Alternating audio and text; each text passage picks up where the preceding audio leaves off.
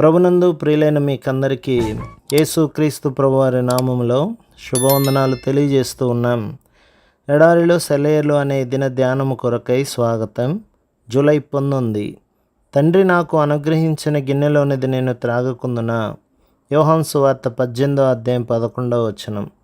సముద్రపు పొంగును చల్లార్చడం కన్నా, చనిపోయిన వారిని బ్రతికించడం కన్నా ఈ మాటలు అనగలగడం, వీటి ప్రకారం చేయగలగడం మరింత గొప్ప విషయం. ప్రవక్తలు, అపోస్తలులు ఆశ్చర్యకార్యాలు చాలా చేశారు, నిజమే.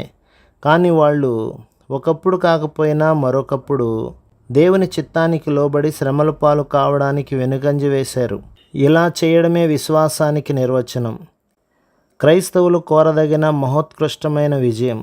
యవ్వనపు తొలి ప్రాయంలో అడుగు పెడుతుండగా జీవితాశలన్నీ మరి తిరుగు లేకుండా నిరాశలైపోవడం, దినదినం ఒకటే బరువును మోసుకుంటూ తిరగవలసి రావడం, నిత్యావసరాలకి తన వారిని ఆకలికి మాడకుండా ఉంచగలగడానికి కూడా ఆర్థిక స్తోమత లేని పేదరికం తలకు చుట్టుకోవడం, ఏదైనా అంగవైకల్యం సంభవించి జీవితాంతం పీడనకి, కన్నీళ్లకు గురి కావడం, ప్రియులందరూ ఒక్కొక్కరే ఎడబాటైపోయి జీవితపు విఘాతాలను ఎదుర్కొనేందుకు ఒంటరిగా నిలబడవలసి రావడం, ఇవన్నీ జరుగుతున్న ఆ శ్రమల తుఫానులో ధైర్యంగా నిలబడి మనం చెప్పగలగాలి, తండ్రి నాకు అనుగ్రహించిన గిన్నెలోనిది నేను త్రాగుకుందునా.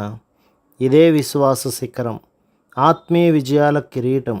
విశ్వాసం అనేది గొప్ప కార్యాలు చేయడంలో కాదు, సహనంతో శ్రమలను అనుభవించడంలోనే బయటపడుతుంది. మన శ్రమల గురించి మన దేవునికి సానుభూతి ఉంది, ఎందుకంటే ఆయన శ్రమలను అనుభవించిన రక్షకుడు. మన శ్రమల్లో మనకు తోడు ఇంకెవరు ఉండగలరు? మనం అనుభవిస్తున్న శ్రమలు ఎలాంటివో తెలిసినవాడు తప్ప. మనల్ని మనం కొంత నష్టపరుచుకుంటేనే కానీ ఇతరులకు ఊరట కలిగించలేం. ఇతరులకు సానుభూతి చూపగలగడానికి మనం పడే శ్రమలే మనం చెల్లించే ధర. సహాయం చేయాలని జమ కట్టినవాడు ముందుగా బాధలు పడినవాడై ఉండాలి.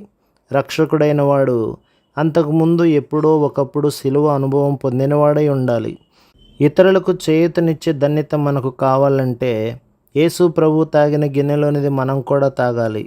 ఆయన పొందిన బాప్తిసం మనం కూడా పొందాలి.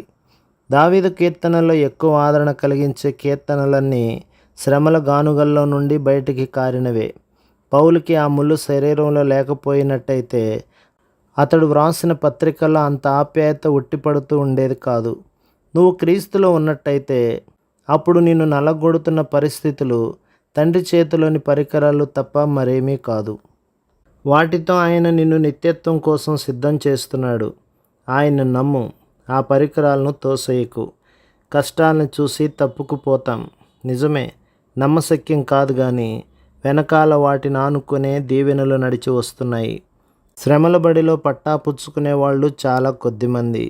ప్రభు మిమ్మును, మీ కుటుంబమును, మీ సంఘమును దీవించి ఆశీర్వదించునుగాక. ఆమేన్.